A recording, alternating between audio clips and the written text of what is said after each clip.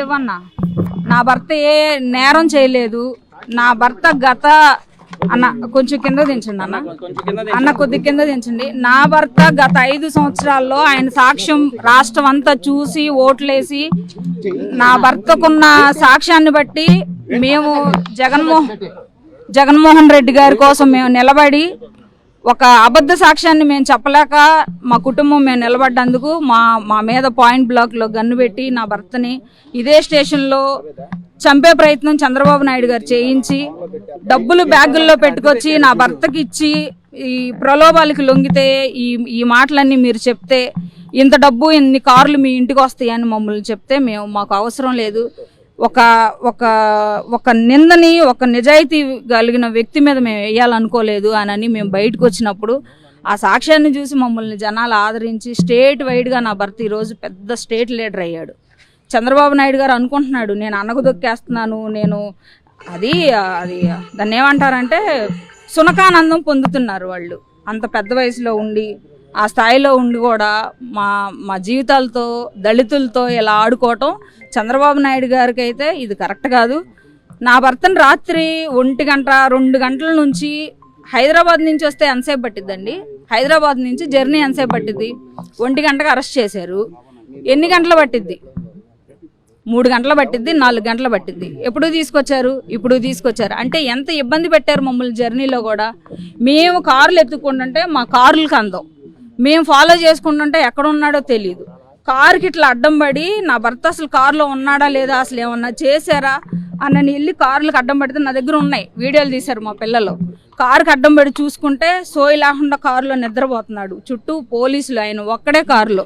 కాదన్నా నన్ను ఎక్కించుకోండి అంటే ఏదో వాళ్ళకి ఇష్టం వచ్చినట్టు చేశారు. మాకు ఒక 4 అబద్ధాలు చెప్పి 4 మాయ మాటలు చెప్పి మాకు హైప్ క్రియేట్ చేసుకోవడం మాకు రాదు. మేము యథార్థంగా బ్రతుకుతున్నామని మేము అనుకుంటున్నాం, మేము నీచంగా బతుకుతున్నామని చంద్రబాబు నాయుడు అనుకుంటున్నారు. చంద్రబాబు నాయుడు గారికి మేము బతుకుతున్న బతుకేంటో ఆయనకి తెలియాలి కాబట్టి మీ అందరి సమక్షంలో ఆయన్నే చెప్పమానండి, ఆయన్నే చూపిమానండి. నా భర్త తప్పేం చేశాడు మరి మాకు కూడా తెలియట్లా. ఆ తప్పులేంటో మీ అందరి సమక్షంలో ఆయన్నే చెప్తే మేము కూడా వింటాం, రాష్ట్ర ప్రజలు కూడా వింటారు.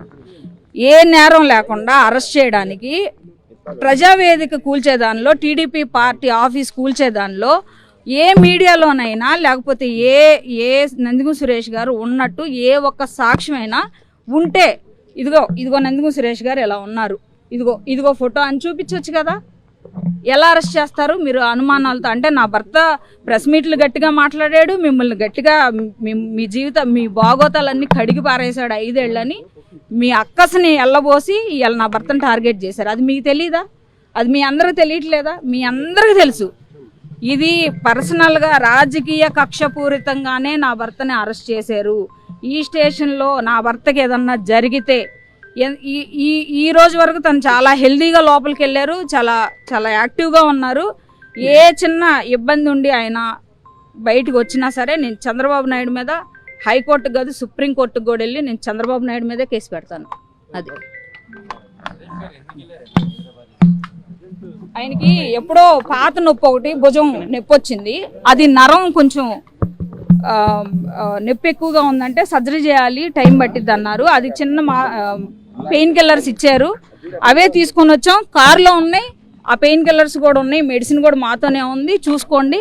నేనైతే అన్నా అవునంటే అవును, కాదంటే కాదు, అబద్ధం అయితే మేము చెప్పం, మా నోటికి రాదు. మీరు ఎన్ని చెప్పించాలని చూసినా, లోపల పోలీసులు నా భర్తను ఎన్ని చెప్పించాలని చూసినా మా అబద్ధాలు రావు. చంద్రబాబు నాయుడు నా భర్తను టార్గెట్ చేశాడు, ఏం చేయాలనుకుంటున్నాడో చేయనండి. నా భర్తకి ఏదన్నా జరిగిన మరుక్షణంలో రాష్ట్రంలో ఉన్న ప్రతి ఒక్క దళితుడు రోడ్డెక్కి నోరు తెరుస్తారు. 5 years రాష్ట్రాన్ని ఏం చేయాలని ఈ రకంగా ఈయన పాలించి ఈ రకంగా వచ్చి 100 రోజులు కాలేదు, సూపర్ 6లు ఏమైపోయినాయో, అబద్ధాలు హామీలు ఇచ్చి నువ్వు గెలిచి నువ్వు రాష్ట్రాన్ని భ్రష్టు పట్టి సృష్టి విలయతాండం చేస్తుంది, నీకు సహకరించట్లా, సృష్టి నీకు సహకరించట్లా.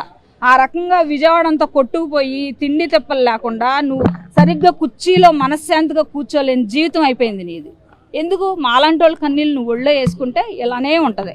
5 ఏళ్ళు మా కన్నీళ్ళు ఒళ్ళో పట్టుకొని ఉంచుకో.